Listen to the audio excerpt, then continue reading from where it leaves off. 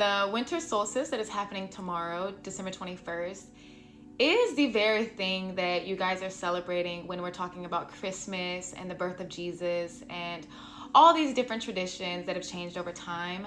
And in a second, I'm going to obviously go back on the history and just the timeline of how we've transitioned from just celebrating the winter solstice to what we have now, Christmas, the birth of Jesus, and all these other things. But before I do that, I want to talk about something that I feel like is important to talk about first. And please stick with me because it's going to get a bit confusing and you're gonna be like, what does this have to do with anything? But hopefully by the end of the video, it makes total sense on why I brought it up, and it can just key and tie a bunch of things together. So the Emerald Tablets of Thoth, which is one of the earliest writings that you can find ever written, he starts it off by saying, that from which is above is from that which is below, and that from which is below is from that which is above, working the miracles of one. And I can be off on some of the wording, hopefully I'm close to it, but basically what he's talking about is, he's talking about we are the microcosm of the macrocosm, right? We are many universes. Whatever is happening above us is very much happening below and has an influence on what goes on in the material realm, right? And all of the old philosophers and even Da Vinci, old people that were so well known to this day, knew this stuff. And I find it interesting when you start to learn all this stuff and you can tie that together. But they very much knew that, you know, we are many universes, you can say, and that, you know, Christ is within us, not outside of us. So anyways, let's just get into how this has shifted over time from this type of belief to what we believe now. Long before Christmas, many cultures celebrated the winter solstice around December 21st through 22nd as a time of darkness turning to light. The Roman Saturnalia, December 17th through 23rd, it was a major festival honoring Saturn, the Roman god of agriculture. It was characterized by feasting, gift-giving, social role reversals. You had the Sol Invictus, it means unconquered sun, was celebrated on December 25th. This Roman festival symbolized the rebirth of the sun. The date was later co-opted for Christmas. Norse Yule, the Norse festival of Yule, celebrated the return of the sun with feasting and the burning of the Yule log. This influenced modern Christmas traditions like the Christmas tree and the Yule log. The Egyptians celebrated the rebirth of Ra, the sun god, during the solstice, which held symbolic meaning in terms of light and life.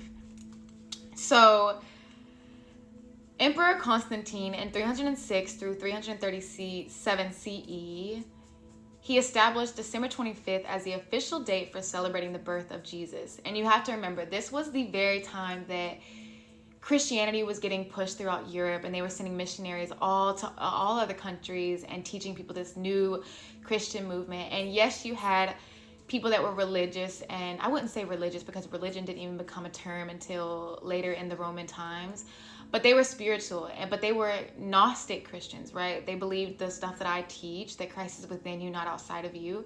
They very much was way different than what Christians believe and teach to this day. They knew that none of these stories were meant to be taken literally, but were more allegorical and more mythological. So during this time, Constantine pushed Christianity throughout just Europe and all over the place. And this is when the word pagan started to become a thing, right? So the term pagan comes from the Latin paganus, meaning country dweller or non-city dweller. Over time, it was used to describe anyone not following Christianity. Pagan festivals were gradually viewed as heretical and were demonized as witchcraft or adultery by the church.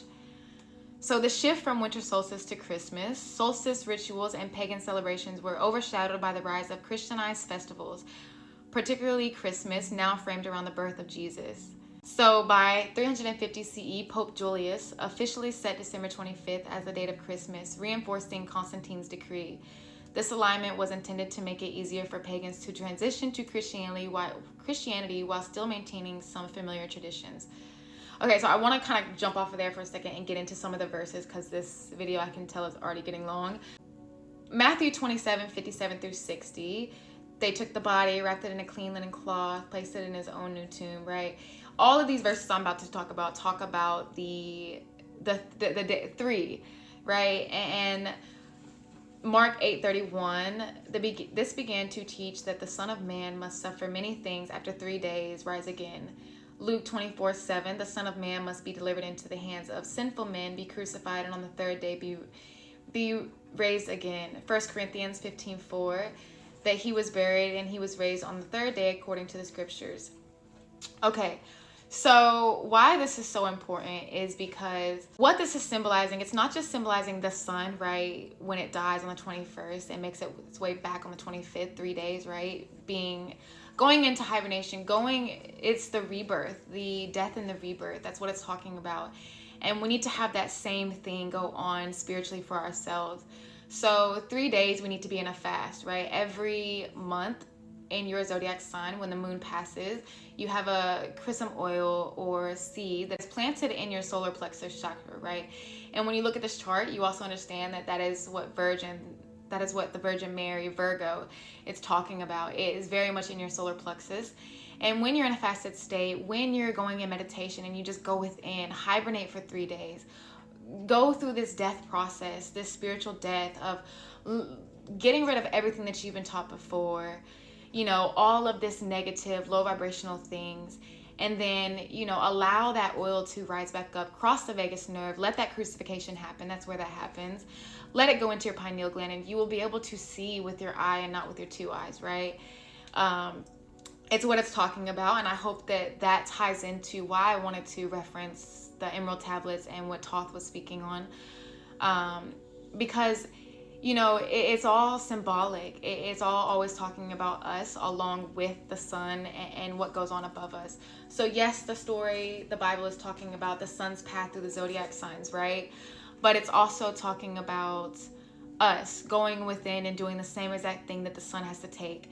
In nature, you see everything go through this death process. All the leaves start to fall off. Everything gets kind of dark and gloomy during winter because it is a time of self-reflection. What do I need to work on spiritually? Get rid of all of the old you. And then in spring, summer, allow this new you, this new spiritual side of you to rise and to gain higher levels of consciousness. And that is very much what happens when you fast for 3 days and you go into meditation and you just start to understand this stuff for what it really is. You get higher level thinking and just higher level of consciousness. And it's what the whole Bible is talking about. It teaches meditation. But yeah, so when you're celebrating Christmas and you're passing out presents, and I really feel like we can stray away from what the true meaning is. And, just remember when you are, and if you are celebrating this, to really reflect on yourself and remember that this is a time for the death and rebirth to occur inside of you. Okay, so that's really all I wanted to talk about. I'm so sorry that this is almost a 10-minute video. My apologies. But yeah, hopefully somebody took something from this video.